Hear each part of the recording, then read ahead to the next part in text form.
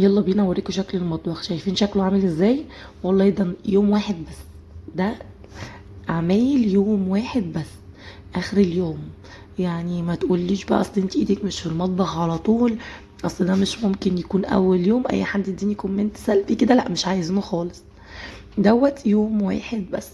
بس المية كانت عندي قطع وكنت بصور. شايفين المنظر بقى عامل ازاي؟ انا مش قادره اقول لكم، المواعين مش هتخلص، هتلاقوني بجيب من كل حته شويه. انا عماله احاول اظبط الدنيا. عايزه اقول لكم منظر الميه والرغاوي دي بيعمل لي راحه نفسيه، مش قادره اقول لكم عامله ازاي. يلا بقى كده، اللي وراها حاجه تقوم تعملها، واللي عايز تنضف المطبخ تقوم تنضفه. اول ما المطبخ يروق الشقه كلها بتروق يعني. تقريبا المطبخ ده نص الشقه. شغلت الحنفيه وشويه صابون بقى والليفه وايه.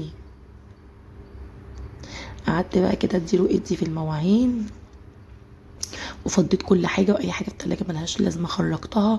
وابتديت اعمل بقى كده شويه بشويه، وما كركبش الدنيا كلها، واسيب ايه، شويه على الرخامه هنا وشويه على الرخامه هنا، لحد ما فضيت اللي قدامي. وبعدين لميت التاني كله. ما تنسوش بقى، يلا تصلوا على النبي كده في التعليقات: اللهم صل وسلم وبارك على سيدنا محمد. شايفين بقى منظر الكوبايات وهي بتلمع كده، حاجه يعني تحفه. اول باول كده، اول ما تخلصي لو الميه شغاله عندك خلي ايدك دايما في المطبخ. ولو انت مشغوله او بتعملي حاجات كتير او الميه قطعه، اول ما الميه تيجي عايزاكي تقومي تخلصي مطبخك كده وشويه نشاط. ونضفي بقى. عايزه اقول لكم الحلل الصاج دي انا ما كنتش جبت لسه طقم الحلل التاني. كنت عايزه اجيب بصراحه طقم اللي هو السيراميك والجرانيت ده قوي.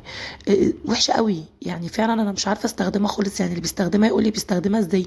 شويه الرز مع اني بوطي خالص، يعني حاسه ان هي مش عمليه. وانا بستخدمها هي والاستانلس عشان الطقم بتاعي بوظ. غسلت شويه رصهم. شايفين بقى للناحيه التانية ايه ده؟ ايه كل المواعين دي؟ انا عماله اجري لكم في الفيديو. انا عايزه اقول لكم ان انا قعدت ساعه ونص بعمل في المطبخ. انا اشتريت شويه حاجات كده، هوريها لكم كده في اخر الفيديو. شويه حاجات كده طلع عليها الصواني الازاز. اشتريت مبخره بحبها قوي قوي كده، لما الدنيا بتروق وبتنضف وبخلص الشقه بتتمسح بنشغلها بتبقى تحفه برضه. هبتدي بقى اعلق وافضي. شايفين السمنه مرمله تحفه؟ انا قلت اوريها لكم كده بالمره، اللي احنا سيحناها مع بعض، اللي هي الشرقيه بيور دي حلوه قوي. انا عملت بيها شويه رز معمر بصراحه، لا طعمها عجبني. شايفين منظر البوتاجاز؟ لا، والحلل دي طلعت لي منين وانا مش كنت خلصت؟ حرفيا المطبخ النهارده ما كانش بيخلص معايا خالص يعني. يلا عماله نصب نصب نصب نصب، نضفي نضفي نضفي. هبتدي بقى افضي. السترس دوت انا بجيبه حلو قوي، احسن من الباور بصراحه. ويعني ما بيجيرش برضو قوي زي الجاير، زي الباور. بيخلي التجيره بتاعته، لا في تجيره بس خفيفه، مش زي الباور خالص يعني. بصراحه مريحني جدا. شلت بقى. انا على فكره الظهر بتاع البوتاجاز بتاعي كان مكسور وما جبتش بقى تاني. عايزه اعمله ظهر كده اللي هو الازاز ده.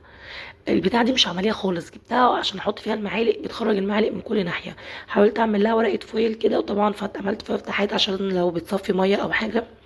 وبرده بعد كده ما بقتش عمليه معايا. انا بعد كده استخدمتها في شويه زرع يعني. مش حلوه خالص، عماله تخرج الحاجه من الفتحات بتاعتها كبيره. الموضوع عايز حاجه اضيق من كده. صبنت بقى هنا الحوض، وصبنت طبعا البوتاجاز وخليته يلمع كده ونضيف وقشطه.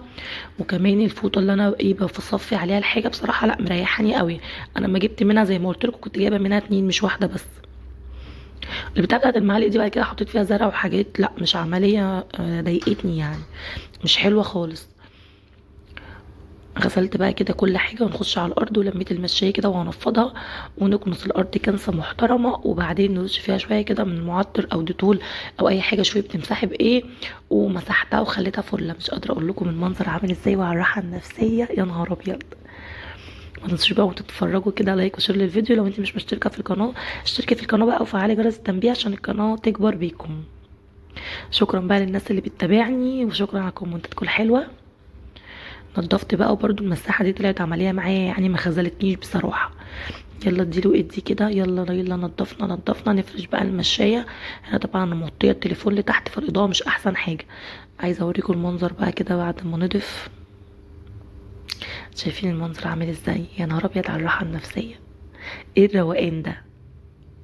هنفتح بقى شويه الحاجات. جبت بقى شنطه كده حلوه، انا كنت جايبه الحاجات دي من النزهه على فكره، عجبتني قوي كده وشكلها حلو عشان رمضان. وجبت بتاعه الزرع دي كنت جايباها معاهم. يلا كده يلا نفتح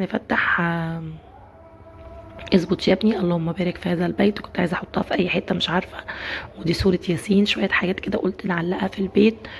ودي المبخره اللي بقول لكم عليها، انا هي كنت بربطها، بنحط بقى فيها البخور وحته الفحمه، تخلي بصراحه الريحه جميله. وجبت شويه العلب دي للمناديل. وشكرا انك بتشوفوا الفيديو للاخر، ولايك وشير للفيديو، واشوفكم على خير ان شاء الله في فيديو جديد. يا رب الفيديو يكون عجبكم، وباي باي.